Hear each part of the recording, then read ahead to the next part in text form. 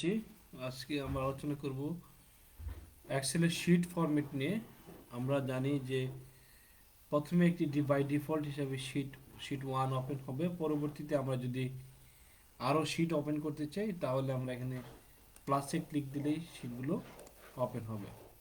আমরা যেহেতু প্রথমে একটি শীটে আছি, সেই শীটের রিনেম কীভাবে করতে হবে, শীটের নাম কীভাবে পরিবর্তন করতে হয় সেটা আমরা দেখাচ্ছি। রাইট বাটন ক্লিক করব। আমরা শীটের মধ্যে রাইট বাটন ক্লিক করার পর আমরা দেখব যে এখানে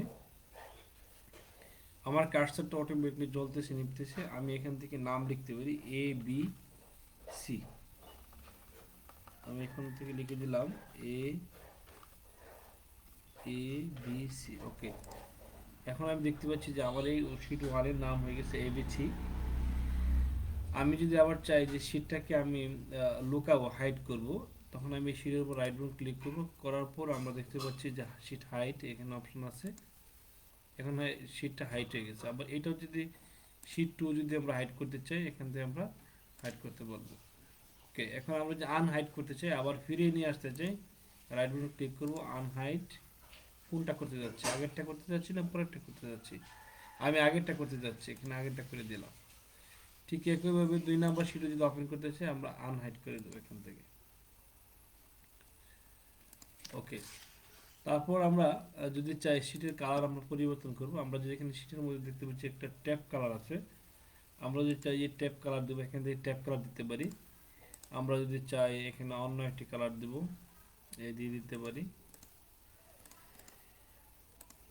আমরা কালার যখন পরিবর্তন হবে না, আমরা কতক্ষণ কালার পরিবর্তন দেখতে পাচ্ছি।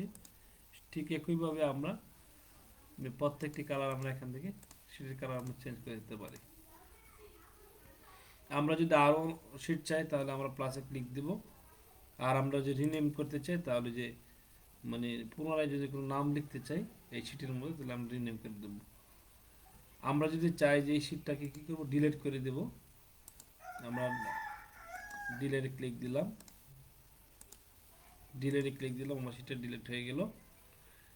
আমি যদি চাই এই শীটটাতে কপি করব, হুবহুব কপি করব, তাহলে আমরা রাইট বাটন ক্লিক করব, এই যে মুভ অর কপি। ওকে, এখন এই ক্রিয়েট কপিতে ক্লিক দিলে আমরা দেখব যে ABC1 এবং ABC2 নামে দুইটি শীট এখানে ওপেন হয়ে গেছে। আমরা একই ফাইল হুবহুব আমরা কি করছি, কপি করছি।